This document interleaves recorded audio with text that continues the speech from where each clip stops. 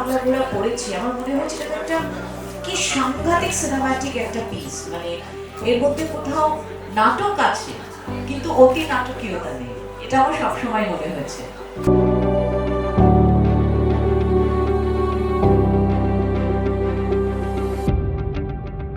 Interesting কিছু বেরোতে পারে, কি বেরোবে আমি কিন্তু কিছু জানি।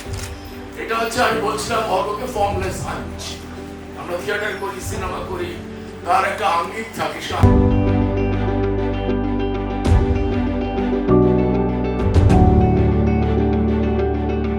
অভিজ্ঞতা হতে চলেছে এবং সেটা আমার কাছে খুব বড় একটা প্রাপ্তি। খেলো অর্থে বলতে চাই না, আমি বলতে চাইছি যে এর ভেতরে খুব ইন্ট্রিগ আছে যেটা আমাকে খুব বেশি মাত্রায় টেনেছিল।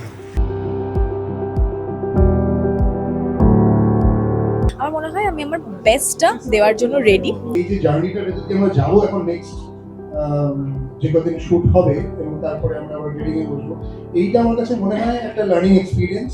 বাদল সরকারকে আমাদের ট্রিবিউট, এবং শেখর দাসের মতো একজন পরিচালক তিনি আবার ফিরে দেখছেন পাগলা ঘোড়ার মতো একটি গুরুত্বপূর্ণ নাটককে, এবং সেটি এবার চলচ্চিত্রে, এবার সিনেমার পর্দায় সেখানে অভিনয় করছি আমি। একটা টিম ওয়ার্ক, সেই হিসেবে আমরা কাজটা করব। শেখর দাস আছেন, শেখর দা আমার খুব পছন্দের একজন পরিচালক, আমি ওনাকে বলি যে ফিল্মের শিক্ষক।